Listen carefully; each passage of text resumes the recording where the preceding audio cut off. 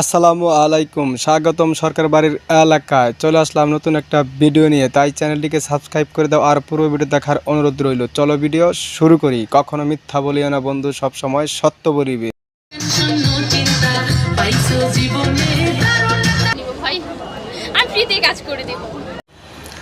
তোমার যে বালের সাইজ ফ্রিতে কেউ তোমাকে করতে নেবে না, কেউ আবার আপনারা খারাপ ভাইবেন না। আমি বলছি তাকে সিনেমা করতে নেবেন।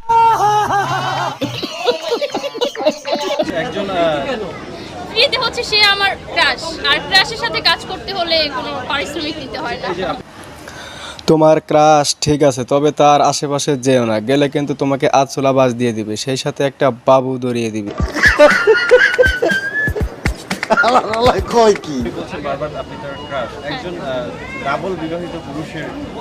শোনেন, আমি একটা কথা বলি, ডাবল বিবাহিত পুরুষ বলবে না আমার ক্রাশকে। কারণ হচ্ছে এখন দেখবেন সাধারণ ফ্যামিলির যে ছেলেরা না, তারাও 3টা-4টা করে বিয়ে করে। না, তাকে বিবাহিত পুরুষ বলবো না, তাকে কচি খোকা বাবু বলবো। সবসময় তোমার দুধু খায় না, মানে গরুর দুধ খায়। আর আমাদের ইসলামে জায়েজ আছে যে 4টা করে বিয়ে করার। সে তো আর 4টা করেনি, তাই না? সে 2টা করেছে। সে সুপারস্টার, আর সে দেখতে কি হ্যান্ডসাম, তার লুক দেখলে এখনই মাথা ঘুরা যায়। সে আরো বিয়ে করবে, আমাকে বিয়ে করবে, আরো একটা বিয়ে করবে, মোটমাট 4টা মিল করবে। আপনি তাহলে বিয়ে করবেন তাকে? সে তোমার মতো পাগল ছাগলকে বিয়ে করবে না, একটু চাইটা ছাইরা দিবে।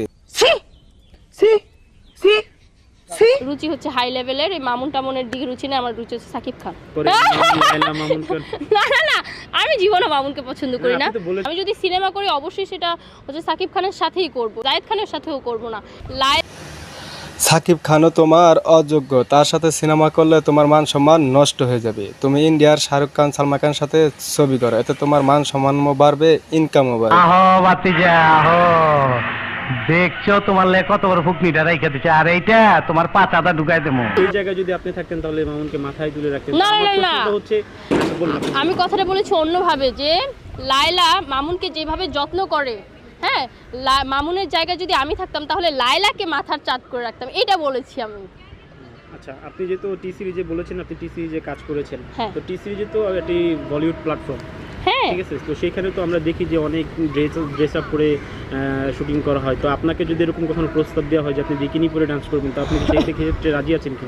না, আমি যেহেতু এখন অ্যাক্টিং করতেছি, নিজেকে অভিনেত্রী বলবো না বা অ্যাক্টার্সও বলবো না, মডেলই বলি।